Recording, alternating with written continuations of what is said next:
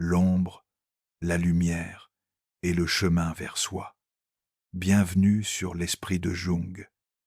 Ici, nous explorons les profondeurs de l'âme pour donner un sens à votre histoire. Permets-moi de te poser une question aujourd'hui.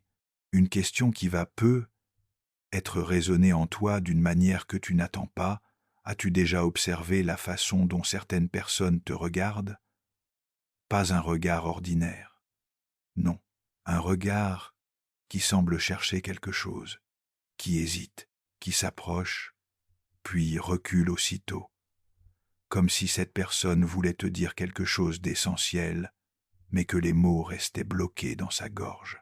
As-tu remarqué comment ce regard change l'atmosphère autour de toi? Comment le silence devient plus lourd, plus dense, chargé d'une tension que personne ne nomme? Et surtout, as-tu déjà réfléchi à la véritable raison pour laquelle quelqu'un éprouve des émotions aussi intenses à ton égard? Parce que voici ce que la plupart des gens ignorent. Ces sentiments ne sont jamais le fruit du hasard. Ils ne surgissent pas simplement parce que tu es attirant, intéressant ou charmant. Non, ils émergent d'un territoire beaucoup plus profond, un territoire que Jung appelait l'inconscient collectif. Un espace où les histoires anciennes, les blessures non guéries, les désirs refoulés et les parts perdues de nous-mêmes attendent d'être reconnus. Selon Jung, lorsqu'une personne développe un lien puissant envers une autre, ce lien se forme d'abord dans l'inconscient, bien avant que la personne ne comprenne ce qui se passe en elle, bien avant qu'elle ne puisse mettre des mots sur ce qu'elle ressent. Son esprit, son corps, son âme sont déjà profondément affectés. Et c'est précisément à ce moment qu'un phénomène fascinant se produit. Si tu portes en toi certaines qualités, certaines énergies, certaines présences que cette personne a perdues ou refoulées, tu vas déclencher chez elle une réaction inconsciente, puissante, irrépressible. Écoute-moi bien maintenant. Tout le monde ne peut pas créer cet effet sur tout le monde. Il existe des individus particuliers, des personnes qui, par leur simple présence, transforment l'atmosphère d'une pièce. Même leur silence a une densité différente, parce qu'un contact s'établit au niveau le plus profond de l'être. Un contact invisible, mais absolument réel. Plus réel, en fait, que bien des conversations que nous avons chaque jour. Pose-toi cette question maintenant. Pourquoi cette personne se comporte-t-elle différemment quand tu es là? Pourquoi ne peut-elle pas agir avec toi comme elle le fait avec les autres? Pourquoi ses mots se bloquent-ils? Pourquoi son regard devient-il fuyant alors même qu'elle semble vouloir te voir? Selon Jung, la réponse est celle-ci. Tu as ouvert une porte qu'elle gardait fermée depuis longtemps, une porte verrouillée dans son monde intérieur. Et derrière cette porte se trouvent des émotions anciennes, des besoins non comblés, des désirs qu'elle n'ose même pas s'avouer à elle-même, des fragments d'elle-même qu'elle a abandonnés en chemin. Voilà pourquoi certaines personnes développent un attachement si intense envers toi qu'elles ne parviennent pas à le maîtriser. Ce lien ne s'est pas formé par la logique. Il s'est formé dans les profondeurs de l'inconscient. Et l'inconscient ne connaît pas la raison. Il connaît la vérité. Et nous arrivons maintenant à quelque chose de fondamental que tu dois comprendre. Si quelqu'un ressent des émotions aussi puissantes à ton égard, cela ne provient pas nécessairement d'une action consciente de ta part. Parfois, ta simple existence suffit. Ton intonation, la façon dont tu poses ton regard, ton silence, tes limites, même ta retenue, tout cela provoque un impact profond chez l'autre, parce que ces éléments touchent à des zones non résolues en elle, des zones où elle s'est perdue, des zones où elle a renoncé à elle-même. Selon Jung, quand un être humain aperçoit chez quelqu'un d'autre ce qui lui manque, il est irrésistiblement attiré par cette personne. Donc, quand cette personne te désire, elle ne désire pas seulement toi. Elle désire sa propre part manquante, Elle désire se retrouver à travers toi. Mais cette situation l'effraie profondément, parce que ce lien l'oblige à changer. Et l'être humain redoute le changement plus que tout. Il redoute de perdre ses repères, même si ces repères le font souffrir. Il redoute de dissoudre l'image qu'il a construite de lui-même, même si cette image est une prison. C'est pourquoi tu observes ce comportement étrange chez elle.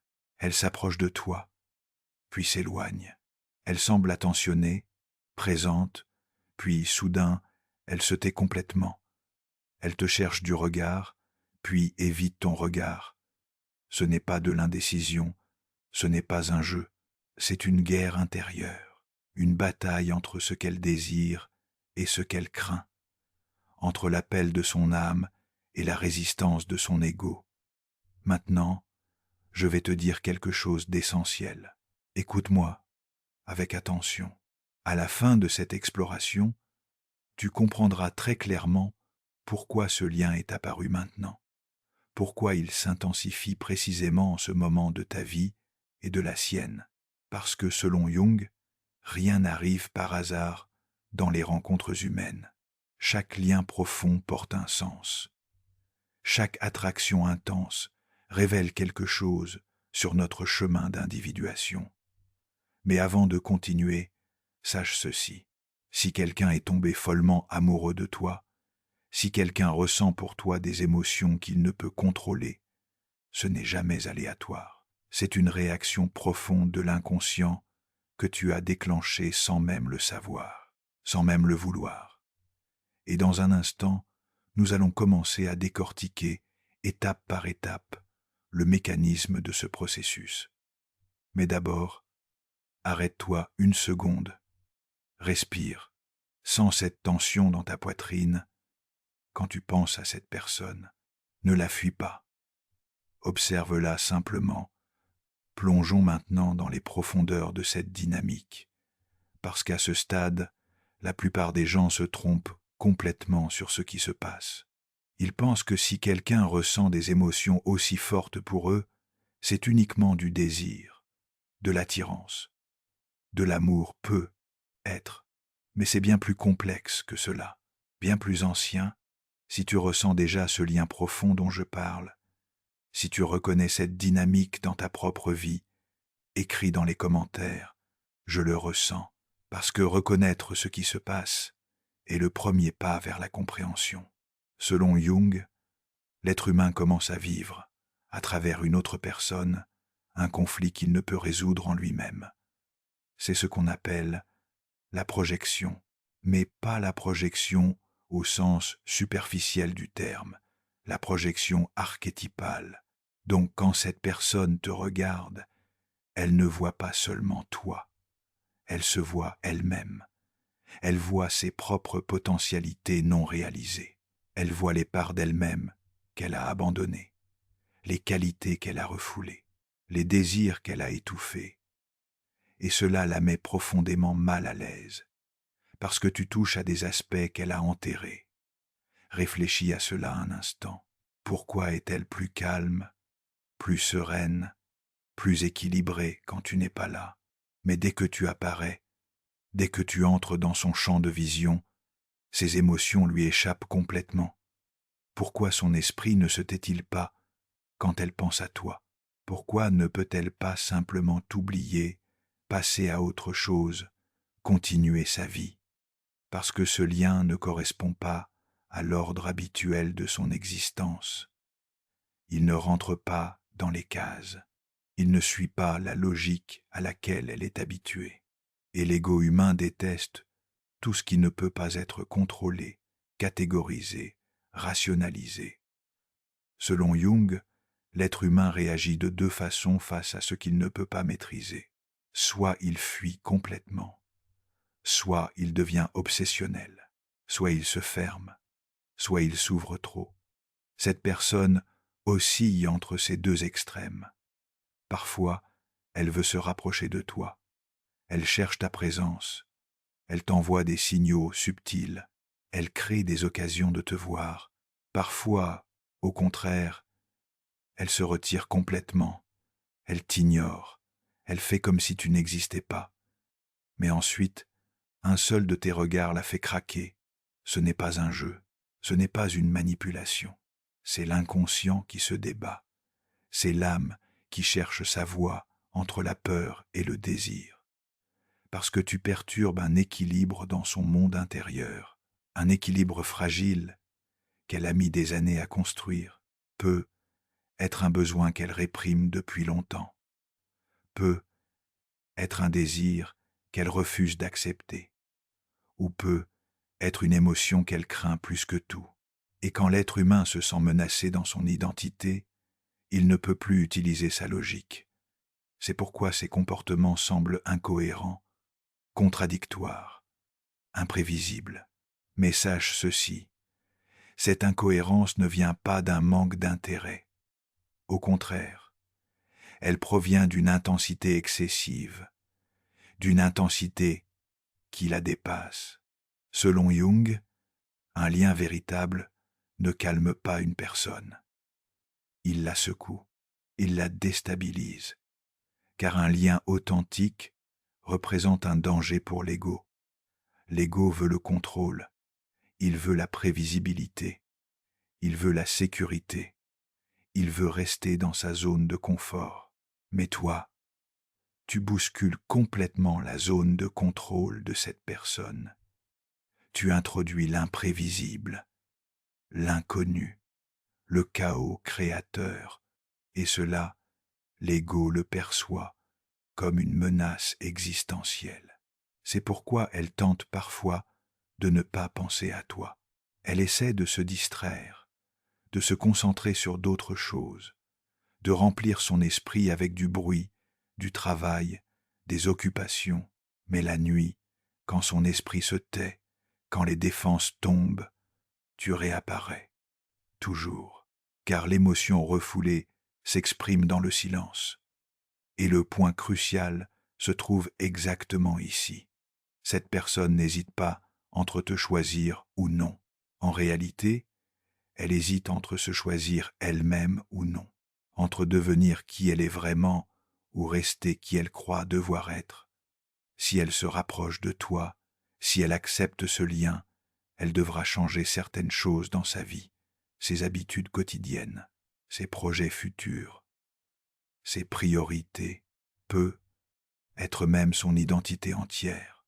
Selon Jung, l'être humain résiste à tout ce qui menace son identité, même si cette identité le fait souffrir, même si cette identité n'est qu'un masque. C'est pourquoi elle attend. Elle observe, elle essaie de se sentir prête. Elle cherche le bon moment. Mais cette attente la fatigue encore plus, car toi, tu es là, et tu ne perds pas ton influence.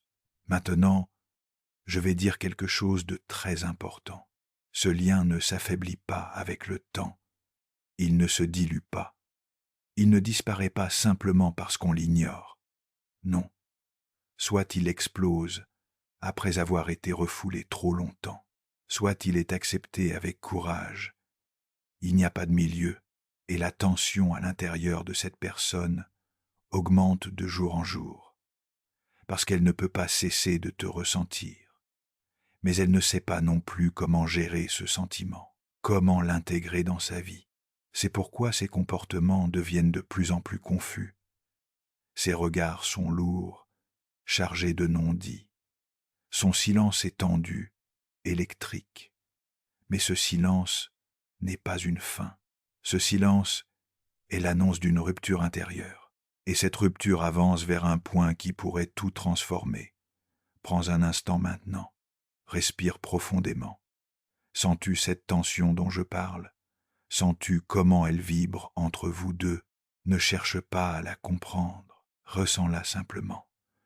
Nous entrons maintenant encore plus profondément dans cette dynamique, car à ce stade, plus rien de ce qui est visible en surface ne dit la vérité.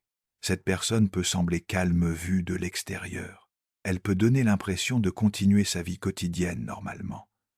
Elle peut même parfois faire comme si elle s'en fichait complètement. Mais, dans son monde intérieur, la situation est radicalement différente. Selon Jung, Quand l'être humain ne parvient pas à gérer ses émotions refoulées, il tente de les expliquer de manière rationnelle. Il crée des histoires, des justifications, des excuses. Cette personne fait exactement cela en ce moment.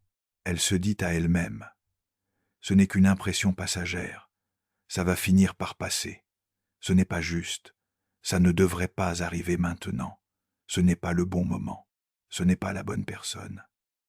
Mais peu importe combien elle essaie de se convaincre, la tension intérieure ne diminue pas, parce que tu es une histoire inachevée dans son esprit, une boucle non fermée, un récit qui attend sa résolution.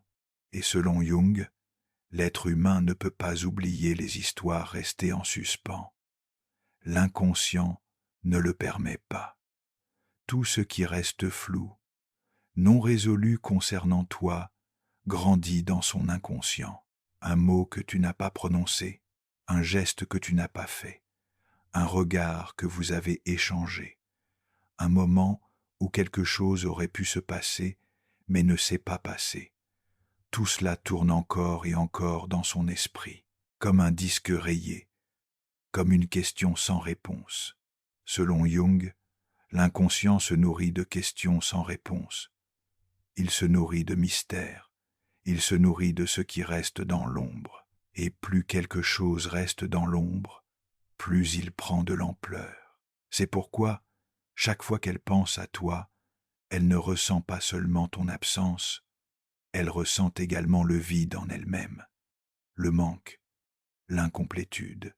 Et ce vide la dérange profondément, car cette personne aime avoir le contrôle dans sa vie. Elle aime savoir ce qu'elle va ressentir, ce qu'elle va faire, où elle va aller. Elle aime la prévisibilité, la stabilité, l'ordre. Mais toi, tu brises tout cela.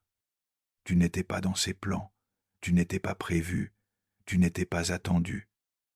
Mais tu es là, profondément ancré dans ses émotions, et cette contradiction épuise une personne de l'intérieur. L'épuise plus que n'importe quel effort physique. Parfois, la nuit, sans raison apparente, elle pense à toi, sans comprendre pourquoi. Parfois, une chanson à la radio, parfois, une odeur dans la rue, parfois, un détail insignifiant qui te rappelle à son esprit. Et à ces moments-là, elle veut fuir, elle veut s'échapper de cette emprise invisible. Mais plus elle fuit, plus le sentiment devient clair, plus elle essaie de te chasser de ses pensées, plus tu deviens présent. Selon Jung, l'être humain doit affronter ce qu'il fuit, tôt ou tard. C'est une loi de l'inconscient. Ce que nous refoulons revient toujours, sous une forme ou une autre, et souvent, il revient avec plus de force. C'est pourquoi cette personne s'arrête à un moment donné et réalise quelque chose de fondamental. Elle réalise que ce sentiment ne passe pas, parce que ce n'est pas un désir passager, ce n'est pas une attirance superficielle, c'est un appel antérieur, un appel qui vient des profondeurs de son être, et cet appel la pousse inexorablement vers le changement. Mais le changement effraie profondément les êtres humains, parce que changer signifie mourir à son ancien soi, laisser partir une version de soi-même, accepter de ne plus être qui on était, et personne n'aime cette petite mort symbolique, même quand elle est nécessaire. Cette personne le ressent dans son corps.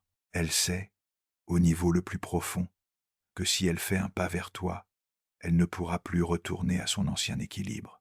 Quelque chose va changer de manière irréversible dans ses relations, dans ses choix, dans sa vision du monde, dans qui elle est.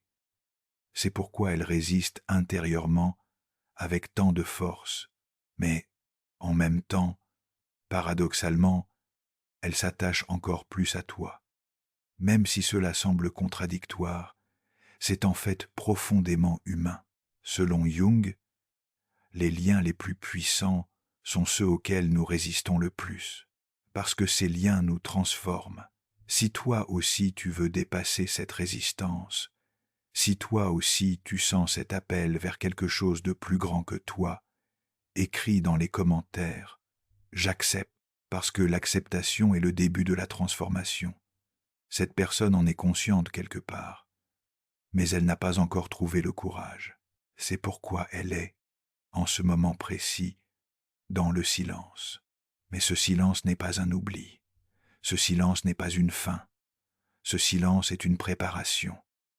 Elle essaie d'établir un nouvel équilibre en elle-même, entre la peur et le désir, entre la logique et l'émotion, entre l'ancien et le nouveau, entre qui elle était et qui elle pourrait devenir. Et cette lutte intérieure l'épuise de plus en plus chaque jour, car tu es là, tu ne disparais pas, tu ne perds pas ton influence, peu importe le temps qui passe, peu importe la distance qu'elle tente de mettre entre vous. Tu es la seule chose qui devient de plus en plus claire dans son esprit, et cette clarté va bientôt déclencher quelque chose d'inévitable. Mais d'abord, ce conflit intérieur doit atteindre son point culminant, son point de rupture, le moment où la tension devient insoutenable. Laisse cette pensée reposer en toi un instant. Il y avait une architecte, 47 ans. Chaque matin, elle se levait à 6 heures précises. Pas une minute de plus, pas une minute de moins. Café noir sans sucre, agenda ouvert sur la table de la cuisine, contrôle total de sa journée avant même qu'elle ne commence.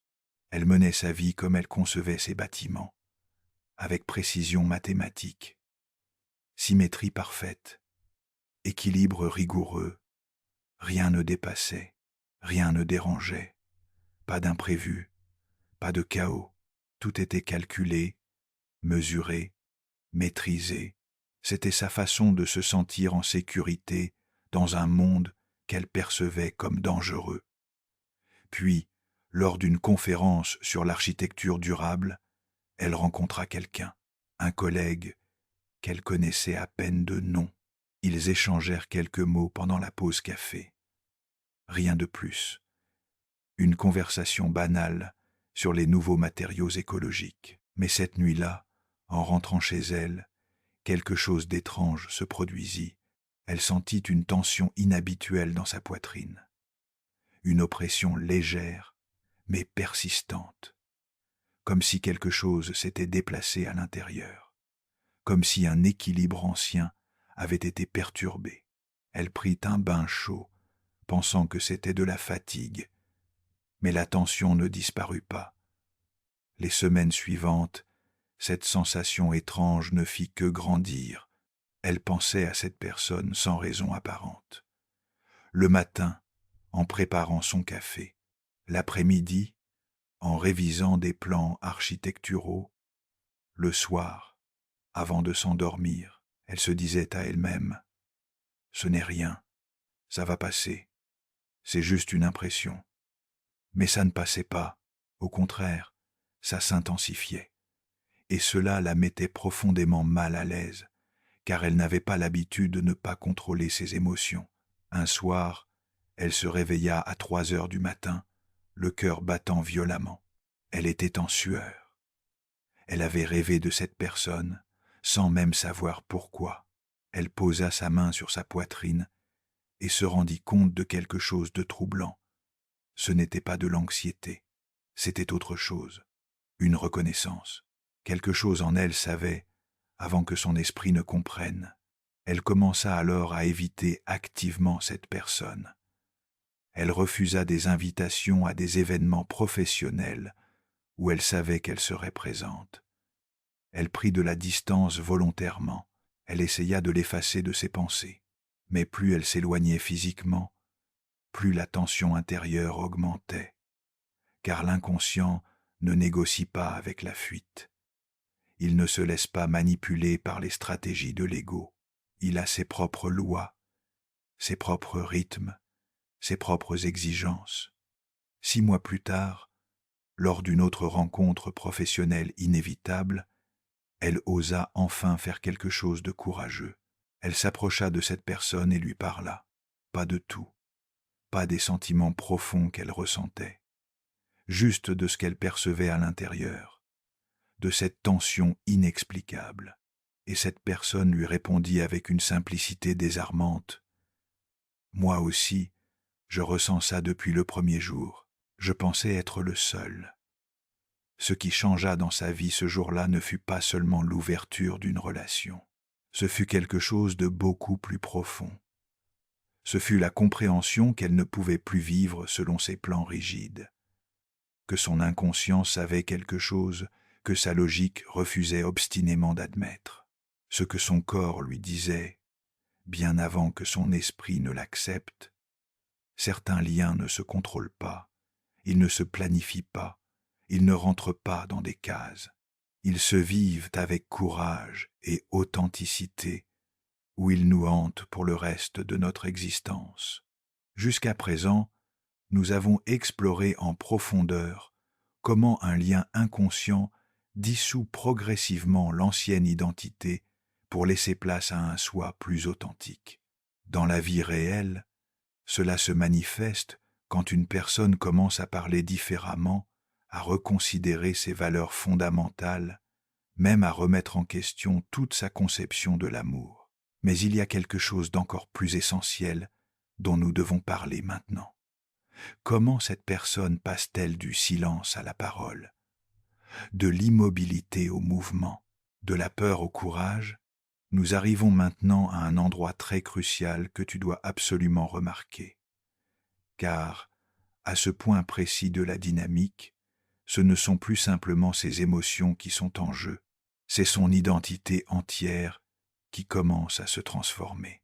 Selon Jung, quand une personne s'attache profondément à quelqu'un d'autre, elle ne désire pas seulement cette personne au sens romantique ou physique du terme. Non, elle commence également à remettre en question fondamentalement son ancien moi. Cette personne vit exactement ce processus en ce moment. Avant ta présence dans sa vie, elle se croyait forte, autonome, maîtresse d'elle-même. Elle pensait n'avoir besoin de personne pour être complète. Elle avait construit toute son identité sur cette idée d'indépendance. Mais tu as brisé cette perception, tu as fissuré cette armure. En ce moment, elle réalise quelque chose de bouleversant en elle-même. Je ne suis pas aussi forte que je le pensais. Je ne suis pas aussi autonome que je le croyais. J'ai besoin, je désire, je manque. Et cette prise de conscience effraie profondément une personne. Mais en même temps, elle la fait grandir. Ces derniers temps, cette personne réfléchit beaucoup plus à son propre passé, à ses anciennes relations amoureuses, aux erreurs qu'elle a commises, aux patterns qu'elle a répétés, aux émotions qu'elle a fuies, car tu es devenu un miroir puissant dans son inconscient. Quand elle te regarde, elle ne voit pas seulement toi, elle voit aussi ses propres manques, ses propres failles, ses propres zones d'ombre, et c'est extrêmement bouleversant pour l'ego. Selon Jung, l'être humain ne peut établir un lien véritable, authentique, profond, sans affronter sa propre ombre, sans regarder en face les aspects de lui-même qu'il a toujours niés. Cette personne fait maintenant face à sa propre ombre, avec son côté jaloux qu'elle a toujours refoulé, avec son désir de contrôle qu'elle a toujours justifié, avec sa peur de l'abandon qu'elle a toujours caché, avec sa terreur de la vulnérabilité qu'elle a toujours masquée par de la force apparente. Ce sont tous des aspects qu'elle niait auparavant, mais elle ne peut plus les nier maintenant, parce que la possibilité de te perdre a fait surgir ces aspects au grand jour. Ils ne peuvent plus rester dans l'ombre. Ils demandent à être vus, reconnus, intégrés. Parfois, seule dans son appartement, elle se demande à elle-même: pourquoi suis-je autant affectée par cette personne? Pourquoi est-ce si difficile? Pourquoi ne puis-je pas simplement passer à autre chose? Mais elle ne trouve pas vraiment de réponse satisfaisante. Parce que la réponse n'est pas dans la logique. La réponse n'est pas dans l'analyse rationnelle. La réponse est dans l'émotion, dans le ressenti, dans le corps. Et cette personne ne sait pas encore comment vivre pleinement avec ses émotions. Elle a passé sa vie à les contrôler, à les gérer, à les minimiser. C'est pourquoi ses nuits sont maintenant plus agitées qu'avant, ses sommeils plus fragmentés, ses journées plus distraites, car il y a une guerre intense dans son monde intérieur, une bataille sans merci. Une partie d'elle veut venir vers toi, s'ouvrir, se révéler, prendre le risque. L'autre partie veut tout laisser tel quel, préserver son équilibre actuel, rester en sécurité, ne rien changer. Mais elle ressent cette vérité fondamentale dans son corps. Plus rien ne sera jamais comme avant. Même si elle ne fait rien, même si elle ne bouge pas, tu as déjà changé quelque chose en elle. Selon Jung, une fois qu'une personne a vraiment ressenti quelque chose à ce niveau de profondeur, il n'y a pas de retour en arrière possible. On ne peut pas déressentir, on ne peut pas déconnaître. Cette personne le sait aussi, au niveau le plus profond de son être. C'est pourquoi elle est, en ce moment précis, dans un processus intense de décision intérieure. Il n'y a pas encore de pas visible de l'extérieur, pas encore de mouvement concret. Mais à l'intérieur, tout change, tout se réorganise, tout se restructure.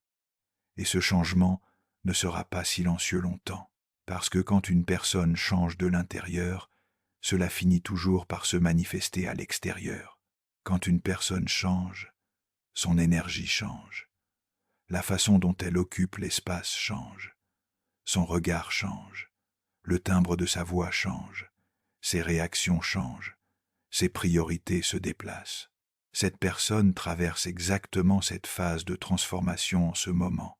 Même dans un moment où elle ne pense pas consciemment à toi, même quand elle croit avoir réussi à t'effacer temporairement de ses pensées, l'inconscient ne cesse jamais de te rappeler à elle, car tu es au centre de sa transformation, tu es le catalyseur de son processus d'individuation, et c'est un lien extrêmement puissant, plus puissant que l'amour romantique ordinaire, plus profond que l'attirance physique. C'est un lien archétypal. Ce lien n'est pas seulement du manque ou du désir. Ce lien est un éveil, une initiation, un appel de l'âme vers sa propre complétude. Et un éveil ne laisse jamais une personne tranquille. C'est pourquoi cette personne lutte de plus en plus intensément intérieurement chaque jour, parce qu'il ne lui reste plus d'endroit où fuir, plus de stratégie pour éviter, plus de défense pour se protéger. Et après ce point, quelque chose d'inévitable doit se produire. Mais cette chose ne sera pas un simple sentiment passager. Ce ne sera pas une émotion superficielle qui disparaît avec le temps. Ce sera une rupture intérieure profonde qui laissera une marque indélébile dans sa vie. Si cette rupture est aussi un commencement pour toi, si tu sens que quelque chose de similaire se passe dans ta propre vie, écris dans les commentaires « commencement », parce que reconnaître le début est déjà un acte de courage. Nous entrons maintenant dans l'endroit le plus profond, le plus mystérieux de cette histoire psychologique, car à ce stade avancé du processus, ce ne sont plus seulement ses émotions qui sont en jeu, c'est qui elle est, fondamentalement, qui commence à se dissoudre. Selon Jung, quand une personne s'attache à ce point à quelqu'un d'autre, quand le lien atteint cette profondeur archétypale, ce lien n'est plus seulement de l'amour au sens conventionnel. Ce lien devient la confrontation directe de la personne avec elle-même, avec ses parties perdues, avec son ombre refoulée, avec son soi authentique. Cette personne est, en ce moment même, consciente de quelque chose de fondamental qui te concerne, mais elle ne peut pas le dire à voix haute, elle ne peut pas le verbaliser, pas encore, car elle sait instinctivement que si elle le dit, si elle donne forme à cette vérité par les mots, il n'y aura absolument pas de retour en arrière possible. Récemment, elle éprouve un sentiment très étrange à l'intérieur, difficile à décrire avec précision, comme si quelque chose d'ancien s'était terminé en elle, mais en même temps, comme si quelque chose de totalement nouveau commençait à émerger. Cette contradiction la fatigue profondément. D'un côté, elle veut te placer au centre absolu de sa vie, te donner une place centrale, réorganiser toute son existence autour de cette connexion. De l'autre côté, elle a terriblement peur de perdre le contrôle. Et cette peur de perdre le contrôle est une peur qu'elle a fui toute sa vie. Selon Jung, l'être humain craint le plus de perdre exactement ce qu'il désire le plus. C'est un paradoxe psychologique fondamental. Nous avons peur de la réalisation de nos désirs les plus profonds. Cette personne a commencé à ressentir concrètement le prix de te désirer, le coût émotionnel, le bouleversement identitaire. Avant, c'était relativement facile. Prendre de la distance physique, rester silencieuse, ignorer les signaux, faire comme si de rien n'était. Mais maintenant, le silence lui pèse de plus en plus lourdement, car dans ce silence, tu es encore plus présent, plus vivant, plus réel. À différents moments de sa journée, elle s'arrête soudainement, et tu lui viens à l'esprit sans prévenir. Une odeur particulière dans la rue, un mot entendu dans une conversation, une chanson à la radio, et à cet instant précis, son cœur se serre physiquement, car quand elle pense à toi, elle ne voit pas seulement toi comme personne extérieure, elle voit aussi, simultanément, tous ses propres manques intérieurs, toutes ses incomplétudes. Elle réalise quelque chose de douloureux. J'ai toujours vécu certaines choses à moitié. Je n'ai jamais vraiment été courageuse dans mes choix affectifs. Je n'ai jamais été complètement claire avec moi-même. Je n'ai jamais vraiment mis mon cœur en jeu pleinement. Et maintenant, j'en paie le prix. Cette prise de conscience fait grandir une personne de manière exponentielle. Ou bien, au contraire, elle la bloque complètement dans la peur. Cette personne est, en ce moment précis, exactement au milieu de ces deux possibilités. Elle ne vient pas complètement vers toi, mais elle ne peut pas non plus s'éloigner complètement. Elle est suspendue dans cet entre-deux inconfortable. Mais dans son monde intérieur invisible, une décision se forme lentement, progressivement, silencieusement. Selon Jung, les vraies décisions qui changent une vie ne se forment jamais dans le bruit et l'agitation. Elles se forment dans le silence. Elles ne sont annoncées à personne. Elles ne se transforment pas immédiatement en actions visibles. Mais une fois qu'elles sont vraiment formées au niveau le plus profond de l'être, elles ne s'arrêtent jamais. Elles ne font que se déployer inéluctablement. Cette personne se pose maintenant à elle-même cette question existentielle fondamentale. Si je te perds définitivement, qui vais-je devenir? Quelle version de moi-même vais-je être obligé d'accepter? Et cette question ébranle profondément son ego. Elle fissure son identité construite. Car te perdre ne signifie pas seulement perdre une personne extérieure. Cela signifie fermer une porte qui s'est ouverte en elle.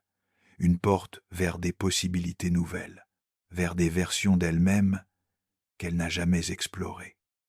Et cette porte, une fois refermée, ne s'ouvrira plus facilement. Peut être même jamais. C'est pourquoi, ces derniers temps, elle est beaucoup plus sensible émotionnellement, plus susceptible, plus réactive, plus pensive, car quelque chose de fondamental en elle change de place. Elle ne veut pas simplement te contrôler comme un objet, elle veut te posséder émotionnellement. Mais posséder émotionnellement quelqu'un nécessite d'être soi-même vulnérable. Et elle a terriblement peur de cette vulnérabilité. Pourtant, elle ressent cette vérité de plus en plus clairement. Ce lien n'est pas quelque chose qu'on peut ignorer sans conséquence. Ce lien l'a déjà changé de manière irréversible. Et une personne qui a vraiment changé ne peut jamais retourner complètement à son ancienne vie. C'est impossible psychologiquement. C'est pourquoi, même si tu ne vois encore rien de visible de l'extérieur, Même si tout semble statique en apparence, il y a un mouvement intense, puissant à l'intérieur d'elle. Ce silence actuel n'est pas un vide, ce silence n'est pas une fin. Ce silence est le calme avant la tempête, l'immobilité avant le mouvement, la retenue avant l'explosion. Et après ce point de tension maximale, aucune décision importante dans sa vie ne sera plus jamais indépendante de toi.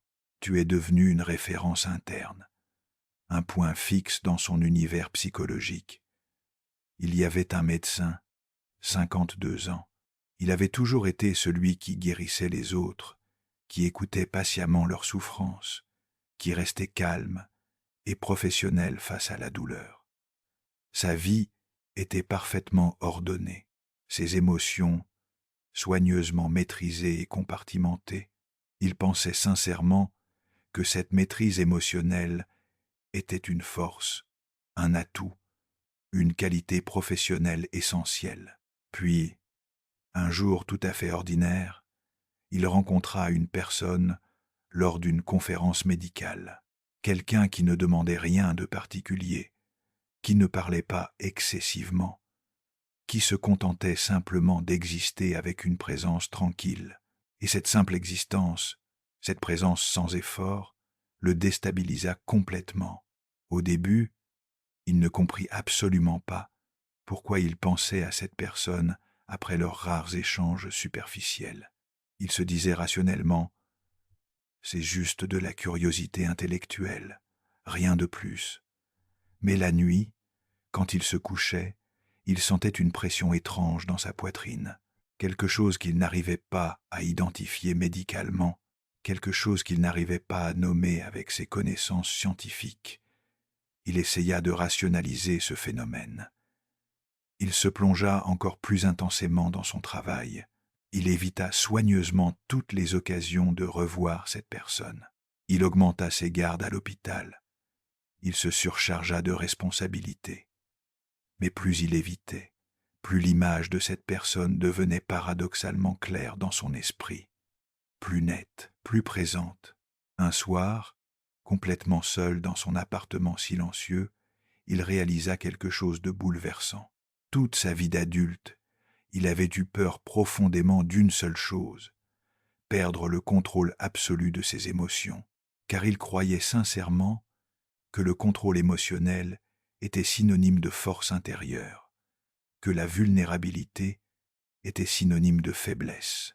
Mais cette personne lui montrait, par sa simple existence, une vérité complètement différente, une vérité qu'il avait toujours refusé de voir, que la vulnérabilité authentique n'était pas du tout une faiblesse, que laisser vraiment entrer quelqu'un dans son monde intérieur ne signifiait pas perdre son identité, mais au contraire, la découvrir vraiment pour la première fois.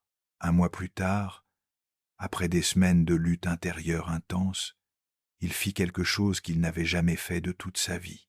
Il envoya un message très simple, presque banal. « Je ne sais pas exactement comment te dire cela, mais tu comptes pour moi. » La réponse ne vint pas immédiatement. Il y eut un silence de plusieurs heures qui lui parut interminable. Mais quand elle arriva finalement, ce fut juste « Je sais. Et toi aussi, tu comptes pour moi depuis le début. » Ce qui changea dans sa vie ce jour-là ne fut pas seulement l'ouverture d'une relation nouvelle, ce fut quelque chose de beaucoup plus profond et transformateur. Ce fut la compréhension existentielle que toutes ces années, il avait eu peur de ce qu'il désirait le plus au monde. Être vu vraiment, être reconnu authentiquement, être accepté sans armure professionnelle. Ce que cette rencontre lui révéla de manière irrévocable. Parfois, le véritable courage n'est pas de rester fort et contrôlé, mais d'oser enfin être complètement vulnérable. Arrêtons-nous un long instant maintenant. Place ta main droite sur ton cœur. Sens la chaleur de ta paume contre ta poitrine. Respire très lentement. Inspire profondément par le nez en comptant jusqu'à 4. Retiens ton souffle pendant 3 secondes, puis expire lentement par la bouche. Pense maintenant à une personne qui provoque en toi cette tension inexplicable dont nous parlons.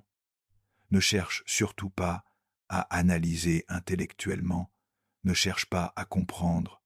Laisse simplement l'image de cette personne venir naturellement.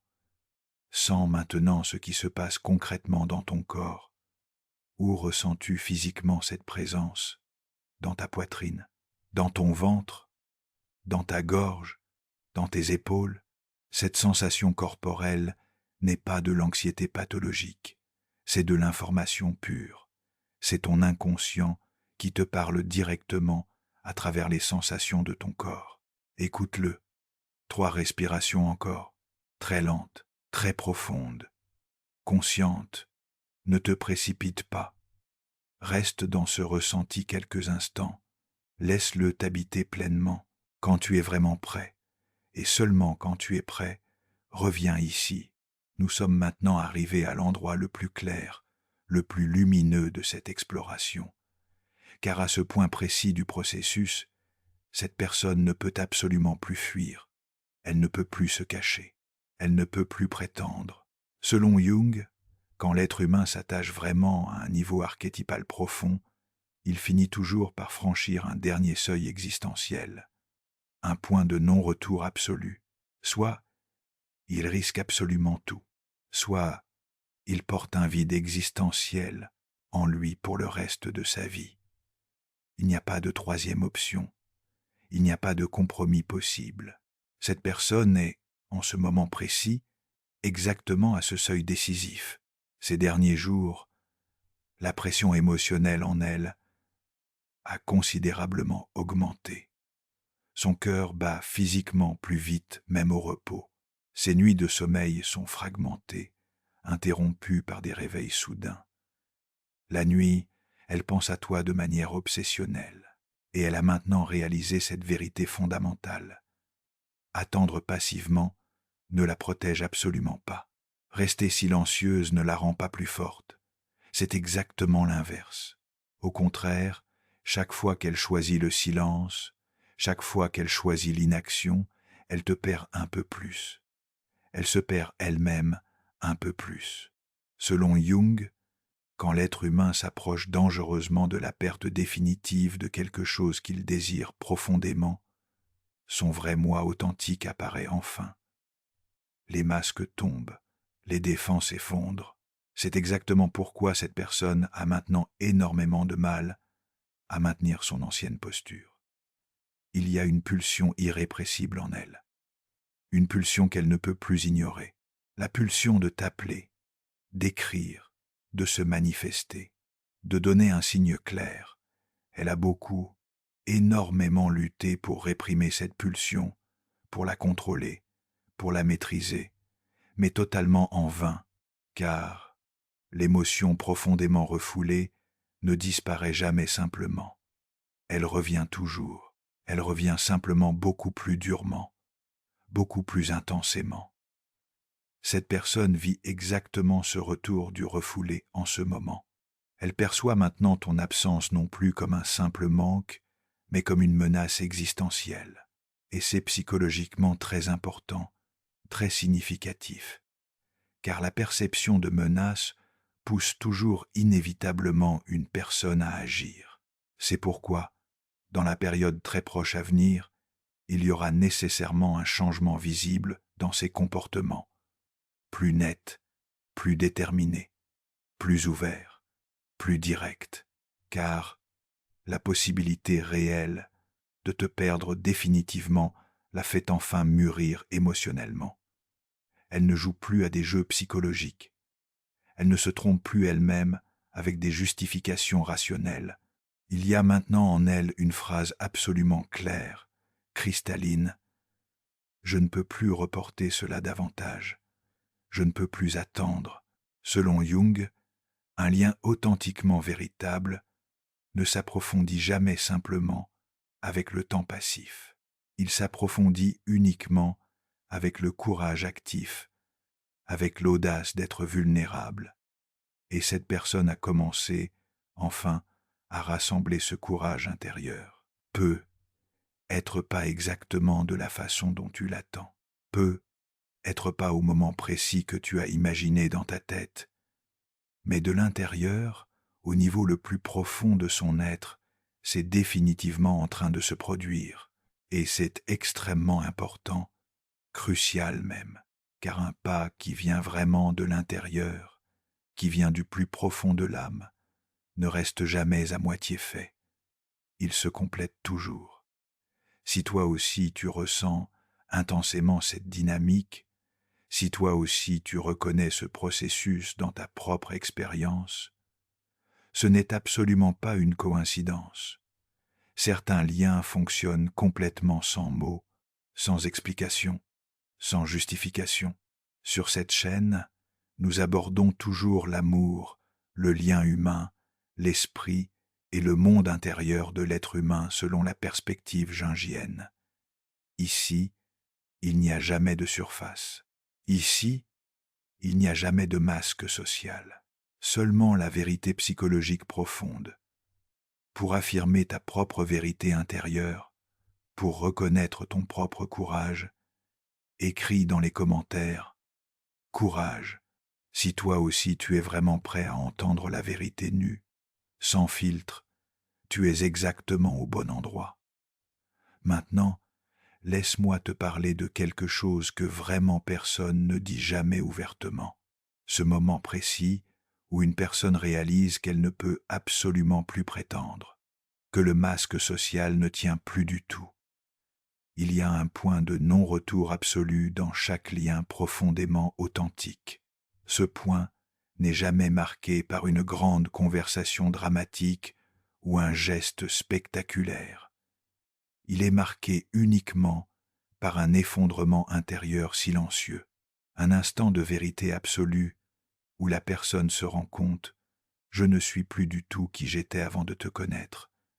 Je suis devenu quelqu'un d'autre. » Cette prise de conscience est absolument terrifiante pour l'ego, parce qu'elle signifie que, même si elle s'éloigne physiquement de toi maintenant, même si elle met fin à tout contact, elle ne pourra jamais, au grand jamais, revenir complètement à son ancienne vie, à son ancienne identité. Tu as changé quelque chose en elle de manière totalement irréversible. Tu as laissé une empreinte indélébile. Et cela, Jung l'appelait précisément l'initiation psychologique. L'initiation n'est jamais un choix confortable. C'est une dissolution suivie nécessairement d'une reconstruction. Une mort symbolique suivie d'une renaissance. Cette personne, en ce moment précis, traverse activement cette dissolution existentielle. Elle ressent viscéralement que ses anciennes certitudes ne tiennent plus du tout, que ses anciennes défenses psychologiques sont devenues complètement inutiles, que absolument tout ce qu'elle croyait savoir sur elle-même est maintenant remis en question radicalement. Et c'est extrêmement douloureux. Parce que personne, absolument personne, n'aime perdre ses repères existentiels, ses points de référence identitaires. Mais c'est aussi profondément libérateur, parce que, dans cette dissolution inconfortable, il y a simultanément la possibilité d'une vérité beaucoup plus profonde, une vérité qui ne se construit plus sur des peurs anciennes, mais sur une reconnaissance authentique. Selon Jung, nous ne choisissons jamais consciemment les personnes qui nous transforment vraiment. Elles apparaissent dans nos vies comme des messagers directs de l'inconscient collectif, et leur rôle profond n'est jamais de nous rendre simplement heureux au sens superficiel. Leur rôle est de nous rendre entiers, complets, individualisés. Cette personne commence enfin à comprendre vraiment cela.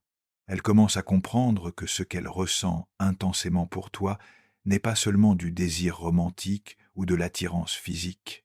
C'est un appel existentiel profond à devenir beaucoup plus qu'elle n'a jamais été. Un appel à intégrer des parts d'elle-même qu'elle avait complètement abandonnées en chemin. Et cet appel de l'âme est absolument exigeant. Il ne négocie pas, il ne fait pas de compromis. Il demande impérativement qu'elle renonce à sa petite sécurité illusoire pour embrasser courageusement une vulnérabilité beaucoup plus grande.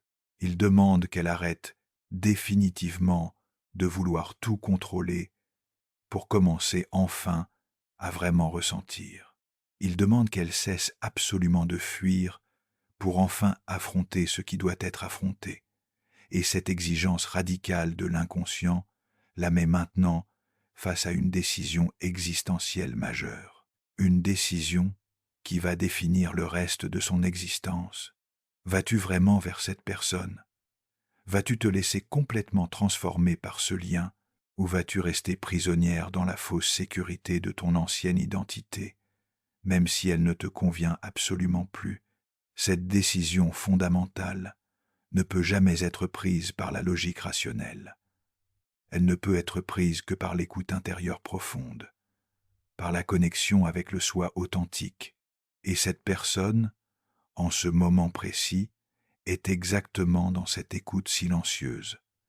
Elle se tait, elle observe, elle attend patiemment le moment où la vraie clarté viendra enfin de l'intérieur. Mais cette clarté existentielle ne viendra jamais tant qu'elle continuera à résister activement. Parce que selon Jung, l'inconscient ne parle jamais clairement tant que nous continuons à lutter contre lui. Il ne parle clairement que lorsque nous acceptons enfin complètement ce qu'il nous montre, même si cela nous fait terriblement peur, même si cela menace notre identité construite. Et ce que l'inconscient de cette personne lui montre maintenant, de manière de plus en plus insistante, c'est exactement toi, non pas comme une obsession pathologique, non pas comme une simple distraction passagère, mais comme un miroir existentiel fondamental, un miroir qui reflète impitoyablement tout ce qu'elle n'a pas encore eu le courage d'être. Et c'est précisément pourquoi elle ne peut absolument pas t'oublier, parce que t'oublier signifierait littéralement s'oublier elle-même, renoncer à des parts essentielles d'elle-même. Et l'inconscient ne permet jamais, au grand jamais, cela.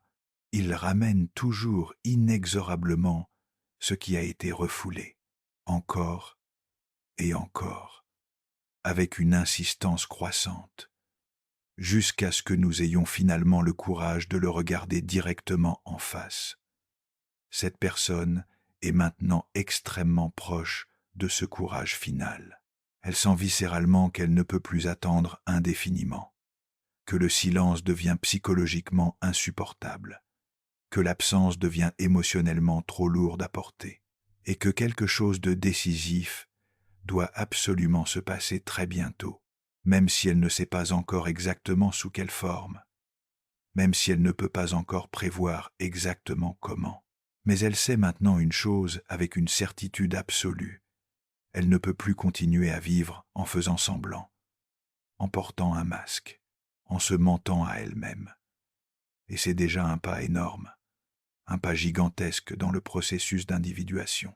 Car selon Jung, le début absolu de toute transformation existentielle véritable est précisément l'arrêt complet du mensonge. Le mensonge à soi-même d'abord, le mensonge aux autres ensuite, le mensonge sur ce que nous ressentons vraiment au plus profond. Cette personne a définitivement arrêté de se mentir à elle-même, et maintenant, inexorablement, elle se prépare intérieurement à agir. Peut être pas aujourd'hui, peut être pas demain, mais très bientôt, inévitablement. Parce que l'inconscient, une fois vraiment réveillé, une fois vraiment activé, ne se rendort jamais. Il continue son œuvre jusqu'au bout. Il y avait une traductrice littéraire, 44 ans. Depuis toujours, elle vivait à travers les mots des autres. Elle traduisait des romans d'amour, des poèmes passionnés, des récits de grandes transformations existentielles. Mais sa propre vie restait étonnamment vide de ces expériences. Elle observait l'amour, elle le nommait, elle le façonnait dans sa langue maternelle, mais elle ne le vivait pas vraiment. Cette distance la protégeait, ou du moins, elle le croyait. Un jour, lors d'un colloque international sur la traduction, elle rencontra un écrivain dont elle avait traduit plusieurs œuvres. quelqu'un qu'elle connaissait intimement à travers ses textes, mais qu'elle n'avait jamais vu physiquement, et quand leurs regards se croisèrent pour la première fois, quelque chose d'absolument inexplicable se produisit. Elle sentit une chaleur brûlante monter dans sa poitrine, une reconnaissance immédiate, comme si elle connaissait cette personne depuis toujours, comme si elle l'attendait sans le savoir. Mais elle ne dit rien. Elle serra la main poliment, elle sourit professionnellement, elle maintint la distance sociale appropriée. Les jours suivants furent absolument insupportables. Elle traduisait mécaniquement, elle mangeait sans goût, elle dormait par fragments, car elle réalisait quelque chose de bouleversant. Toutes ces années, elle avait traduit l'amour sans jamais vraiment le comprendre. Elle avait utilisé les bons mots, les bonnes métaphores, les bonnes tournures poétiques. Mais elle ne savait pas ce que signifiait vraiment brûler pour quelqu'un, jusqu'à maintenant. 3 semaines plus tard, après une nuit blanche complète, elle fit quelque chose qu'elle n'aurait jamais imaginé faire. Elle envoya un courriel très simple à cet écrivain. « Vos mots m'habitent différemment depuis notre rencontre. Je ne sais plus traduire de la même manière. » La réponse arriva 2 heures plus tard. « Parce que vous ne lisez plus comme une traductrice. Vous lisez comme quelqu'un qui ressent. » Ce qui changea dans sa vie ce jour-là ne fut pas seulement une relation naissante. Ce fut la compréhension profonde que pendant toutes ces années, elle s'était cachée derrière les mots des autres pour éviter d'écrire sa propre histoire, qu'elle avait traduit la vie au lieu de la vivre. Ce que cette rencontre lui révéla de manière définitive, nous pouvons connaître parfaitement le vocabulaire de l'amour sans jamais en avoir vraiment fait l'expérience. Et quand l'expérience arrive enfin, tous les mots deviennent soudainement insuffisants. Reprenons un instant, calmement, où nous en sommes exactement dans cette exploration. Nous avons vu en profondeur comment la transformation intérieure authentique précède absolument toujours l'action extérieure visible. Concrètement, dans la vie réelle, cela se manifeste très clairement quand une personne commence subtilement à changer ses priorités existentielles, ses décisions quotidiennes, même sa manière de parler et de s'exprimer, sans que personne dans son entourage ne comprenne vraiment pourquoi. Mais voici précisément ce que nous devons encore absolument aborder maintenant. Qu'est-ce qui déclenche finalement, concrètement, le passage définitif à l'acte? Quel est l'élément déclencheur final? Nous avons parcouru ensemble un très long chemin intérieur aujourd'hui, un chemin exigeant, un chemin qui demande du courage pour être vraiment entendu. Nous avons vu précisément comment un lien se forme d'abord silencieusement dans l'inconscient, comment il provoque ensuite une guerre intérieure intense, comment il pousse inexorablement à la transformation profonde de l'identité, et finalement, comment il conduit à un point de non-retour absolu où le courage devient totalement inévitable. Ce que tu dois absolument retenir de tout cela, c'est ceci. Quand quelqu'un te désire à ce point, avec cette intensité, avec cette profondeur, ce n'est jamais seulement toi en tant que personne extérieure qu'il désire. C'est quelque chose de beaucoup plus profond. C'est la possibilité existentielle de devenir plus entier, plus complet, plus authentique. Et toi, par ta simple présence, tu es devenu le miroir qui lui montre ce chemin possible. Maintenant, la question véritable n'est plus du tout de savoir si cette personne va finalement agir ou non. Cette question est déjà résolue dans l'inconscient. L'action viendra, inévitablement. La vraie question maintenant est celle-ci. Es-tu toi-même vraiment prêt à accueillir ce qui va nécessairement se passer? Es-tu prêt à voir cette personne sans son masque? Es-tu prêt à accueillir sa vulnérabilité? Es-tu prêt à être transformé toi aussi par ce lien? Parce que selon Jung, nous ne transformons vraiment les autres que lorsque nous acceptons courageusement d'être nous-mêmes transformés par eux. Ces 3 décisions intérieures dont nous avons parlé aujourd'hui, ces 3 mouvements de l'âme qui changent radicalement nos liens avec autrui, ne sont jamais des choix intellectuels.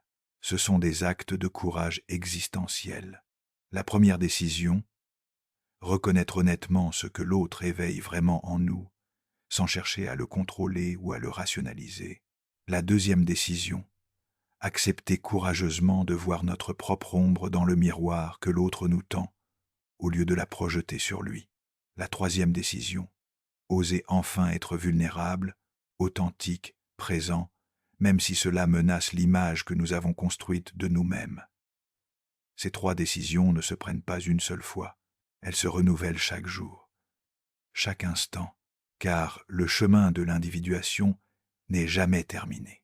Mais une chose est certaine, quand ces décisions sont vraiment prises au niveau le plus profond de l'être, quand elles viennent vraiment de l'inconscient et non de l'ego, elles transforment absolument tout. Elles transforment nos relations, elles transforment notre vision du monde, elles nous transforment nous-mêmes.